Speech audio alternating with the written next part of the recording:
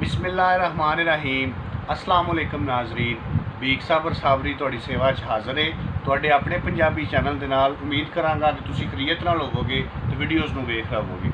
एक गज़ल तुहाडी सेवा च पेश कर रहा कि ओनू अपना जाणीए, ओनू अपना जाणीए जेड़ा नहीं लगदा, ओनू अपना जाणीए जेड़ा नहीं लगदा, प्रीत दी दाड़ नूं फिर करेड़ा नहीं लगदा। ओनू अपना जाणीए जेड़ा नहीं लगदा, प्रीत दी दाड़ नूं फिर करेड़ा नहीं लगदा। ते ए नतारा मेरे मरण ते होवेगा, ए नतारा मेरे मरण ते होवेगा। केड़ा लगदा ए ते केड़ा नहीं लगदा, ए नतारा मेरे मरण ते होवेगा।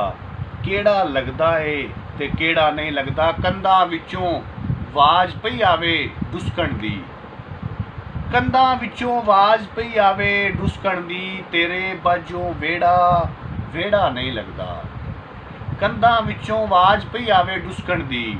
तेरे बाजों वेड़ा वेड़ा नहीं लगदा। ते जेड़ा भी कोई चंद दी यारां भुल जांदा है, ओदा कदे भी बन्ने बेड़ा नहीं लगदा। सौं गदा नूं रांझण तेरी वंजली दी, सौं गदा नूं रांझण तेरी वंजली दी। मेरा कुछ भी सैदा खेड़ा नहीं लगदा। सौं गदा नूं रांझण तेरी वंजली दी, मेरा कुछ भी सैदा खेड़ा नहीं लगदा। ओनू अपना जाणीए जेड़ा नहीं लगदा, प्रीत दी दाड़ नूं फिर करेड़ा नहीं लगदा। उम्मीद करांगा कि तुहानूं गज़ल पसंद आई होवेगी। पसंद आवे तो लाइक करो, शेयर करो, चैनल नूं सबसक्राइब करो, बैल आइकन भी दबाओ ताकि हर नवीं आने वाली वीडियो का नोटिफिकेशन तुहाडे तक पहुँचे। ਇਹਦੇ ਨਾਲ ਹੀ बीक साबर साबरी ਨੂੰ इजाज़त दिओ। रब रब।